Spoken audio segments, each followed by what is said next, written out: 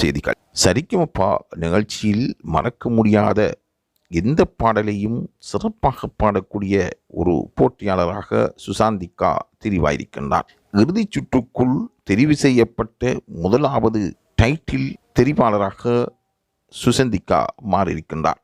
Ticket to பினாலியில் அவர் முதலாவதாக தெரிவு செய்யப்பட்டார். இன்னும் 11 போட்டியாளர்கள் அதில் கலந்து கொண்டிருக்கின்றார்கள். இவர்களில் இருந்து 4 பேர் இறுதிச் சுற்றுக்கு தெரிவு செய்யப்படுவார்கள். அந்த அளவுக்கு பிரபலியமாக சரிகமபா நிகழ்ச்சி சென்று கொண்டிருக்கின்றது. பல பேரும் இந்த பாடலை கேட்டு ஆச்சரியப்படும் அளவுக்கு சுசந்திகா பாடி வருகின்றார். தனது திறமைக்கு ஈடு கொடுக்கக்கூடிய பாடல்களை அவர் தெரிவு செய்து பாடி வருவதால் பலரும் சரிகமபா நிகழ்ச்சிக்கு சுசந்திகா ஓர் வரப்பிரசாதம் என்று கூறுகின்றார்கள். பழைய பாடல்களை சுசந்திகா பாடுவதும் புதிய பாடல்களை அவர் பாடிக்கொள்வதும் சிறப்பாக அமைந்திருப்பதாக ரசிகர்களும் கூறுகின்றார்கள். நாடு முழுவதிலும் இருந்து அவர் வெற்றி பெற வேண்டும் என்பதற்காக வாக்குகள் அளிக்கப்பட்டு வருவதாகவும் அவர் வெற்றி வாகை சூடுவார் என்றும் சுசந்திகா மீது ஆர்வமுள்ள ரசிகர்கள் வாழ்த்துக்களை தெரிவித்து வருகின்றார்கள்.